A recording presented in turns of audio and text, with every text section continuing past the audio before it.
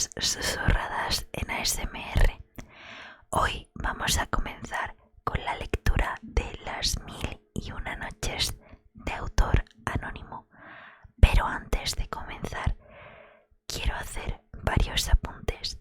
Lo primero, disculparme por mi pronunciación en algunos nombres que no conozco. Segundo, es un libro que no está dividido en capítulos, sino en noches, algunas de las cuales son muy cortas.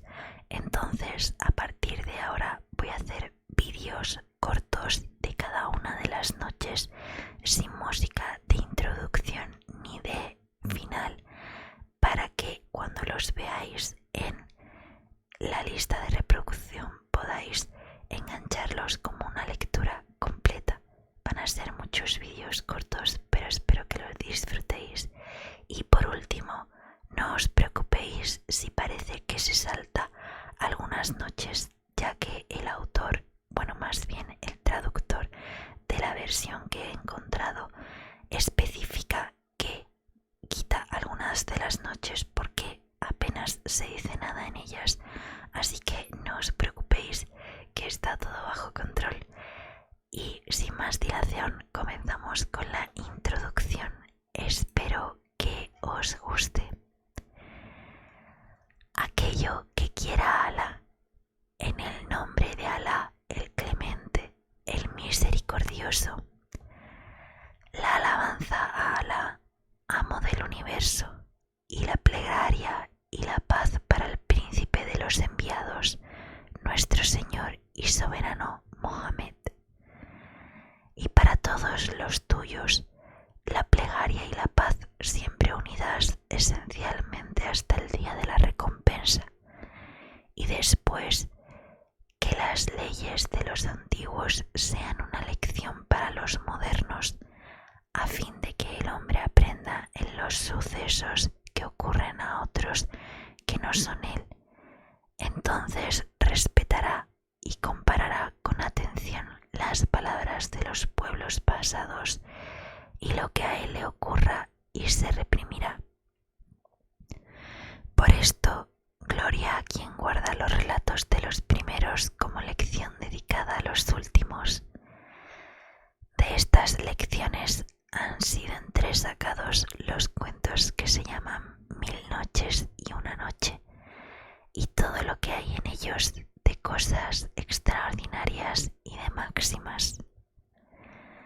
Historia del rey Shahriar y su hermano el rey Shahzaman. Cuéntase, pero Alá es más sabio, más prudente, más poderoso y más benéfico, que en lo que transcurrió en la antigüedad del tiempo y en lo pasado de la edad. Hubo un rey entre los reyes de Sasán, en las islas de la India y de la China. Era dueño de ejércitos y señor de auxiliares, de servidores y de un séquito numeroso. Tenía 2 hijos, y ambos eran heroicos jinetes, pero el mayor valía más aún que el menor. El mayor reinó en los países, gobernó con justicia entre los hombres, y por eso le querían los habitantes del país y del reino. Llamábase el rey Shahriar. Su hermano, llamado Shahzaman, era el rey de Salamarcanda, Ti-Aham. Siguiendo las cosas del mismo curso, residieron cada uno en su país y gobernaron con justicia a sus ovejas durante 20 años, y llegaron ambos hasta el límite del desarrollo y el florecimiento.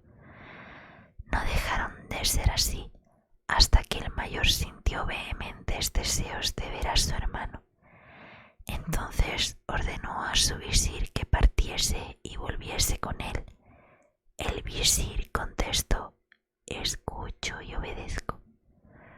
Partió pues y llegó felizmente por la gracia de Alá. Entró en casa de Shahzaman, le transmitió la paz, le dijo que el rey Shahriar deseaba ardientemente verlo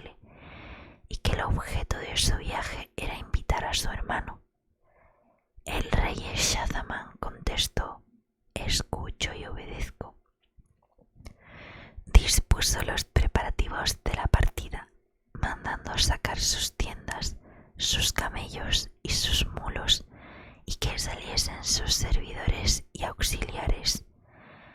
Nombró a su visir gobernador del reino y salió en demanda de las comarcas de su hermano. Pero a medianoche recordó una cosa que había olvidado. Volvió a su palacio apresuradamente y encontró a su esposa tendida en el lecho, abrazada con un negro, esclavo entre los esclavos. Al ver tal cosa, el mundo se oscureció ante sus ojos y se dijo: si ha sobrevenido tal aventura cuando apenas acabo de dejar la ciudad, ¿cuál sería la conducta de esta libertina si me ausentase algún tiempo para estar con mi hermano? Desenvainó inmediatamente su alfanje y, acometiendo a ambos, los dejó muertos sobre los tapices del lecho. Volvió a salir sin perder una hora ni un instante y ordenó la marcha de la comitiva, y viajó de noche hasta avistar la ciudad de su hermano. Entonces éste se alegró de su proximidad, salió a su encuentro y al recibirlo le deseó la paz. Se regocijó hasta los mayores límites del contento, mandó a adornar en honor suyo la ciudad y se puso a hablarle lleno de efusión. Pero el rey Shahzaman recordaba la aventura de su esposa y una nube de tristeza le velaba la faz. Su tez se había puesto pálida y su cuerpo se había debilitado. Al verle de tal modo, el rey Shahryar creyó en su alma que aquello se debía haberse alejado de su reino y de su país, y lo dejaba estar, sin preguntarle nada. Al fin, un día le dijo: hermano, tu cuerpo enflaquece y tu cara amarillea. Y el otro le respondió: ay, hermano, tengo en mi interior como una llaga en carne viva. Pero no le reveló lo que le había ocurrido con su esposa. El rey Shahryar le dijo: quisiera que me acompañes a cazar a pie y a caballo, pues así tal vez se esparciera tu espíritu.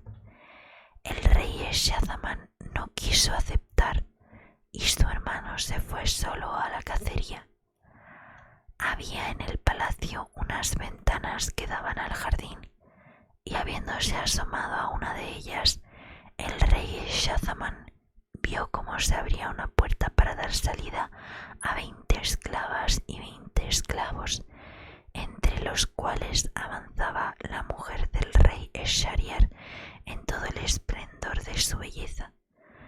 Llegados a un estanque, se desnudaron y se mezclaron todos, y súbitamente la mujer del rey gritó: «¡Oh, Masaud!», y enseguida acudió hacia ella un robusto esclavo negro que la abrazó.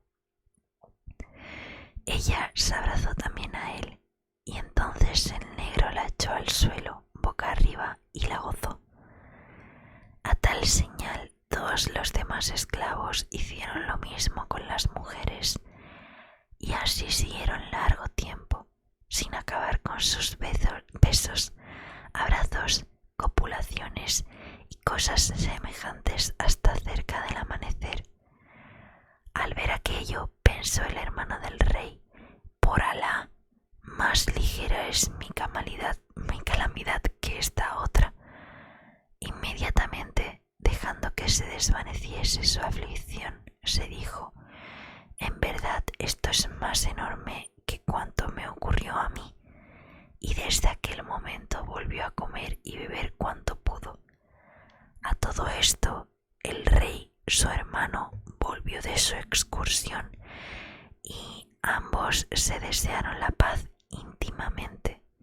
Luego el rey Shahryar observó que su hermano, el rey Shahzaman, acababa de recobrar el buen color, pues su semblante había adquirido nueva vida, y advirtió también que comía con toda su alma después de haberse alimentado parcamente en los primeros días. Se asombró de ello y dijo: hermano, poco poco te veía amarillo de tez y ahora has recuperado los colores. Cuéntame qué te pasa. El rey le dijo: te contaré la causa de mi anterior palidez, pero dispénsame de referirte el motivo de haber recobrado los colores. El rey replicó: para entendernos, relata primeramente la causa de tu pérdida de color y tu debilidad.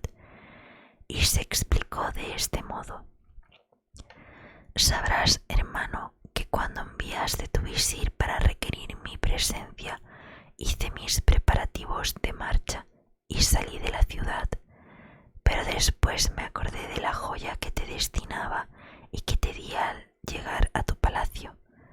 Volví, pues, y encontré a mi mujer acostada con un esclavo negro, durmiendo en los tapices de mi cama. Los maté a los dos y vine hacia ti, muy atormentado por el recuerdo de tal aventura. Este fue el motivo de mi primera palidez y de mi enflaquecimiento. En cuanto a la causa de haber recobrado mi buen color, dispénsame de mencionarla. Cuando su hermano oyó estas palabras, le dijo: por Alá, te conjuro a que me cuentes la causa de haber recobrado tus colores. Entonces el rey Shahzaman le refirió cuanto había visto. El rey Shahriar dijo: ante todo, es necesario que mis ojos vean semejante cosa. Su hermano le respondió: finge que vas de caza, pero escóndete en mis aposentos y serás testigo del espectáculo. Tus ojos lo contemplarán. Inmediatamente el rey mandó que el pregonero divulgase la orden de marcha. Los soldados salieron con sus tiendas fuera de la ciudad. El rey marchó también, se ocultó en su tienda y dijo a sus jóvenes esclavos que nadie entre. Luego se disfrazó, salió a hurtadillas y se dirigió al palacio.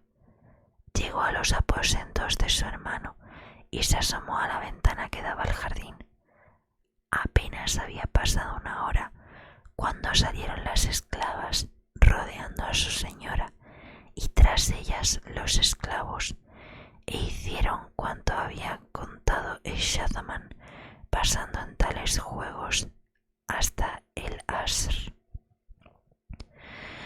Cuando vio estas cosas el rey Shahriar, la razón se ausentó de su cabeza y dijo a su hermano: marchemos para saber cuál es nuestro destino en el camino de Alá, porque nada de común debemos tener con la realeza hasta encontrar a alguien que haya sufrido una aventura semejante a la nuestra.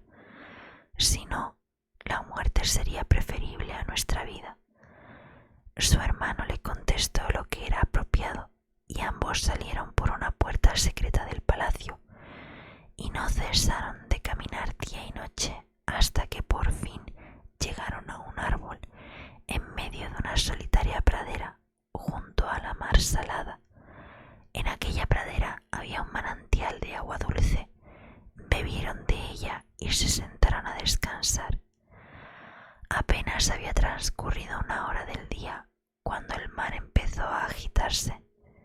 De pronto brotó de él una negra columna de humo que llegó hasta el cielo y se dirigió después hacia la pradera. Los reyes, asustados, se subieron a la cima del árbol, que era muy alto, y se pusieron a mirar lo que tal cosa pudiera ser. Y he aquí que la columna de humo se convirtió en un efrit de elevada estatura, poderoso de hombros y robusto de pecho. Llevaba un arca sobre la cabeza, puso el pie en el suelo y se dirigió hacia el árbol y se sentó debajo de él.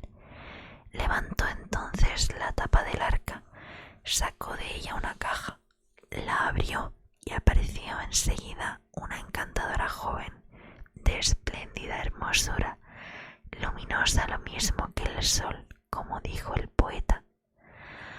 Antorcha en las tinieblas, ella aparece y es el día, ella aparece y con su luz se iluminan las auroras. Los soles irradian con su claridad y lágrimas con las sonrisas de sus ojos, que los velos de su misterio se rasguen e inmediatamente las criaturas se posternan encantados a sus pies, y ante los dulces relámpagos de su mirada el rocío de las lágrimas de pasión humedece todos los párpados.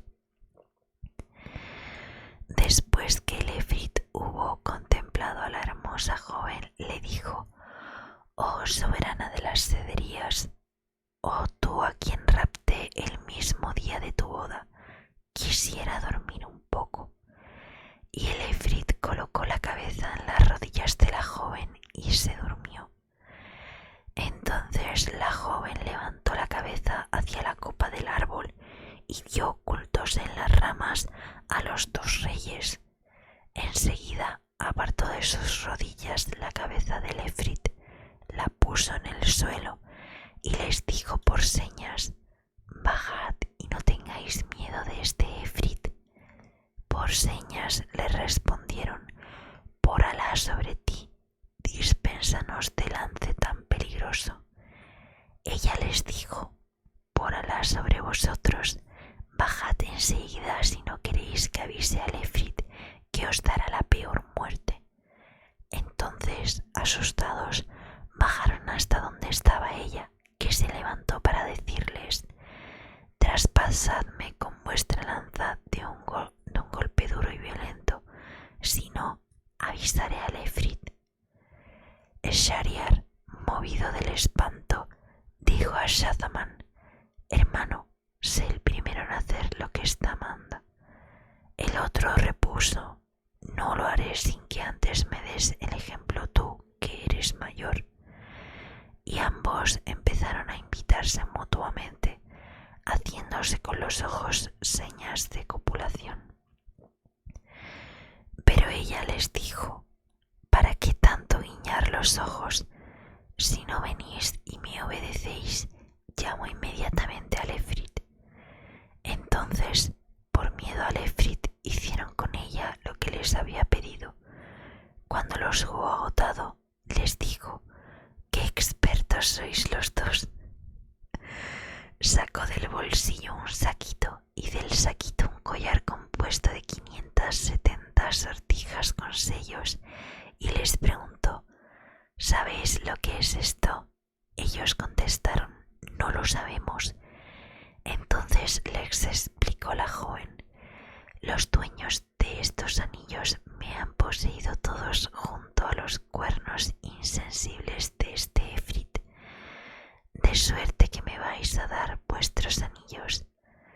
Lo hicieron así, sacándoselos de los dedos, y ella entonces les dijo: «Sabed que este efrit me robó la noche de mi boda, me encerró en esa caja, metió la caja en el arca, le echó 7 candados y la arrastró al fondo del mar, allí donde se combaten las olas.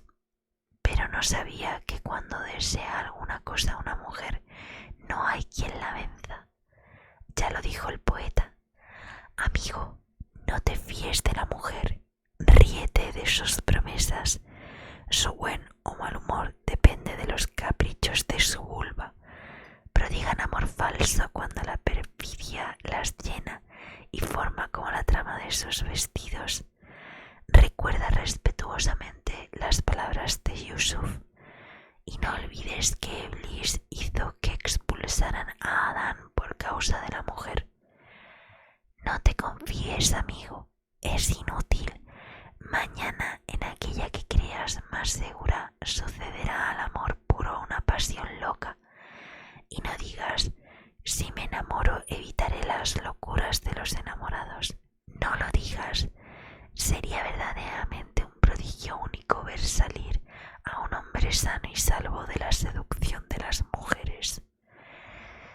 Los dos hermanos, al oír estas palabras, se maravillaron hasta más no poder y se dijeron uno a otro: «Si este es un efrit y a pesar de su poderío le han ocurrido cosas más enormes que a nosotros, esta aventura debe consolarnos». Inmediatamente se despidieron de la joven y regresaron cada uno a su ciudad, cuanto el rey Shahriar entró en su palacio, mandó degollar a su esposa, así como a los esclavos y esclavas. Después ordenó a su visir que cada noche le llevase una joven que fuese virgen, y cada noche arrebataba a una su virginidad, y cuando la noche había transcurrido, mandaba que la matasen. Así estuvo haciendo durante 3 años, y todo eran lamentos y voces de horror. Los hombres huían con las hijas que les quedaban. En la ciudad no había ya ninguna doncella que pudiese servir para los asaltos de este cabalgador. En esta situación el rey mandó al visir que, como de costumbre, le trajese una joven. El visir, por más que buscó, no pudo encontrar ninguna y regresó muy triste a su casa, con el alma transida de miedo ante el furor del rey. Pero este visir tenía 2 hijas de gran hermosura que poseían todos los encantos, todas las perfecciones y eran de una delicadeza exquisita. La mayor se llamaba Sherezada y el nombre de la menor era Doniazada. La mayor, Sherezada, había leído los libros, los anales, las leyendas de los reyes antiguos y las historias de los pueblos pasados. Dicen que poseía también 1000 libros de crónicas referente a los pueblos de las edades remotas, a los reyes de la antigüedad y sus poetas, y era muy elocuente y daba gusto oírla. Al ver a su padre le habló así: ¿por qué te veo tan cambiado, soportando un peso abrumador de pesadumbres y aflicciones? Sabe, padre, que el poeta dice: oh tú, que apenas consuélate, nada es duradero, toda alegría se desvanece y todo pesar se olvida. Cuando oyó estas palabras el visir contó a su hija cuánto había ocurrido, desde el principio al fin, concerniente al rey. Entonces le dijo Sherezada: por Alá, padre, cásame con el rey, porque si no me mata, seré la causa del rescate de las hijas de los musulmanes, y podré salvarlas de entre las manos del rey. Entonces el visir contestó: por Alá sobre ti, no te expongas nunca a tal peligro. Pero Sherezada repuso: es imprescindible que así lo haga. Entonces le dijo su padre: cuidado no te ocurra lo que les ocurrió al asno y al buey con el labrador. Escucha su historia. Fábulas del asno, el buey y el labrador. Has de saber, hija mía, que hubo un comerciante dueño de grandes riquezas y de mucho ganado. Estaba casado y con hijos. Alá, el Altísimo, le dio igualmente el conocimiento de los lenguajes de los animales y el canto de los pájaros. Habitaba este comerciante en un país fértil, a orillas de un río. En su morada había un asno y un buey. Cierto día llegó al buey al lugar ocupado por el asno y vio aquel sitio barrido y regado. En el pesebre había cebada y paja bien cribadas, y el jumento estaba echado, descansando. Cuando el amo lo montaba, era solo para algún trayecto corto y por asunto urgente, y el asno volvía pronto a descansar. Ese día el comerciante oyó que el buey decía al pollino: come a gusto y que te sea sano, de provecho y de buena digestión. Yo estoy rendido y tú descansado, después de comer cebada, bien cribada. Si el amo te monta alguna que otra vez, pronto vuelve a traerte. En cambio, yo me reviento arando y con el trabajo del molino. El asno le aconsejó: cuando salgas al campo y te echen el yugo, túmbate y no te menees aunque te den palos. Y si te levantan, vuélvete a echar otra vez. Y si entonces te vuelven al establo y te ponen habas, no las comas, fíngete enfermo, haz por cansarás de la fatiga del trabajo. Pero el comerciante seguía presente, oyendo todo lo que hablaban. Se acercó el mayoral al buey para darle forraje y le vio comer muy poca cosa. Por la mañana, al llevarlo al trabajo, lo encontró enfermo. Entonces el amo dijo al mayoral: «Coge al asno y que haré todo el día en lugar del buey». Y el hombre unció al asno en vez del buey y le hizo arar todo el día. Al anochecer, cuando el asno regresó al establo, el buey le dio las gracias por sus bondades, que le habían proporcionado el descanso de todo el día, pero el asno no le contestó. Estaba muy arrepentido. Al otro día el asno estuvo arando también durante toda la jornada y regresó con el pescuezo desollado, rendido de fatiga. El buey, al verle en tal estado, le dio las gracias de nuevo y lo colmó de alabanzas. El asno le dijo: «Bien tranquilo estaba yo antes. Ya ves cómo me ha perjudicado el hacer beneficio a los demás». Y enseguida añadió: «Voy a darte un buen consejo de todos modos. He oído decir al amo que te entregarán al matarife si no te levantas, y harán una cubierta para la mesa con tu piel. Te lo digo para que te salves, pues sentiría que te ocurriese algo». El buey, cuando oyó estas palabras del asno, le dio las gracias nuevamente y le dijo: «Mañana reanudaré mi trabajo». Y se puso a comer. Se tragó todo el forraje y hasta lamió el recipiente con su lengua, pero el amo les había oído hablar. En cuanto amaneció, fue con su esposa hacia el establo de los bueyes y las vacas y se sentaron a la puerta. Vino el mayoral y sacó al buey, que en cuanto vio a su amo empezó a menear la cola, aventóse ruidosamente y a galopar en todas direcciones como si estuviese loco. Entonces le entró tal risa al comerciante que se cayó de espaldas. Su mujer le preguntó: «¿De qué te ríes?». Y él dijo: «De una cosa que he visto y oído, pero no la puedo descubrir porque me va en ello la vida».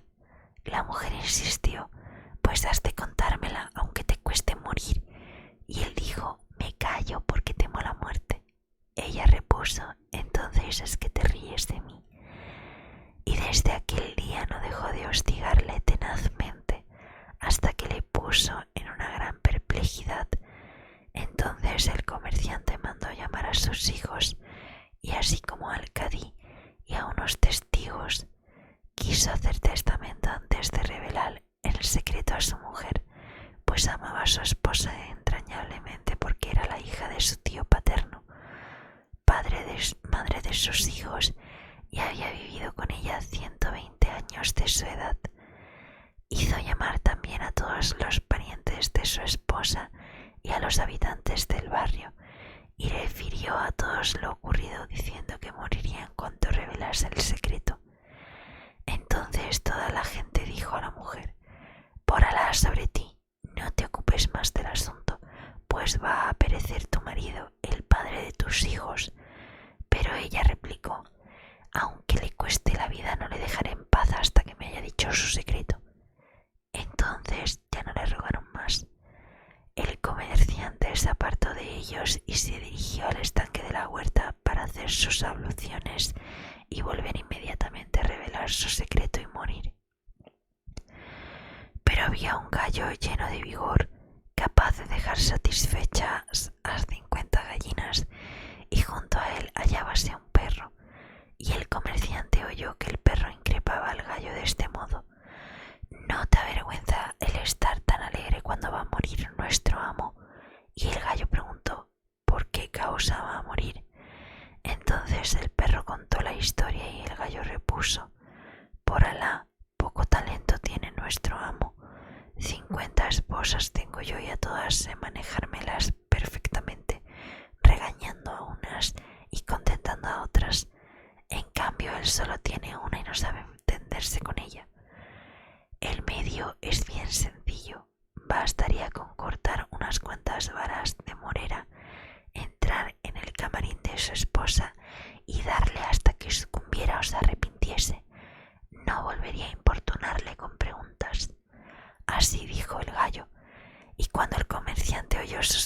palabras se iluminó su razón y resolvió dar una paliza a su mujer. El visir interrumpió aquí su relato para decir a su hija Sherezada: ¿acaso el rey haga contigo lo que el comerciante con su mujer? Y Sherezada preguntó: ¿pero qué hizo? Entonces el visir prosiguió de este modo: entró el comerciante llevando ocultas las varas de morera que acababa de cortar y llamó aparte a su esposa. Ven a nuestro gabinete para que te diga mi secreto. La mujer le siguió. El comerciante se encerró con ella y empezó a sacudirla a varazos hasta que ella acabó por decir: me arrepiento, y besaba las manos y los pies de su marido. Estaba arrepentida de veras. Salieron entonces y la concurrencia se alegró muchísimo, regocijándose también los parientes, y todos vivieron muy felices hasta la muerte.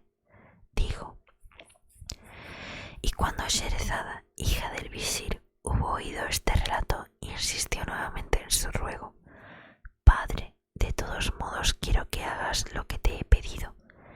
Entonces el visir, sin replicar nada, mandó que preparasen el ajuar de su hija y marchó a comunicar la nueva al rey Shahriar. Mientras tanto, Sherezada decía a su hermana Doniazada: te mandaré llamar cuando esté en el palacio, y así que llegues y veas que el rey ha terminado su cosa conmigo, me dirás: hermana, cuenta alguna historia maravillosa que nos haga pasar la noche. Entonces yo narraré cuentos que, si quiere Alá, serán la causa de la emancipación de las hijas de los musulmanes. Fue a buscarla después el visir y se dirigió con ella hacia la morada del rey. El rey se alegró muchísimo al ver a Sherezada y preguntó a su padre: ¿es esta lo que yo necesito? Y el visir dijo respetuosamente: sí, lo es. Pero cuando el rey quiso acercarse a la joven, ésta se echó a llorar, y el rey le dijo: ¿qué te pasa? Y ella contestó: oh rey poderoso, tengo una hermanita de la cual quisiera despedirme. El rey mandó buscar a la hermana, y apenas vino se abrazó a Sherezada y acabó por acomodarse cerca del lecho. Entonces el rey se levantó y, cogiendo a Sherezada, le arrebató la virginidad. Después empezaron a conversar.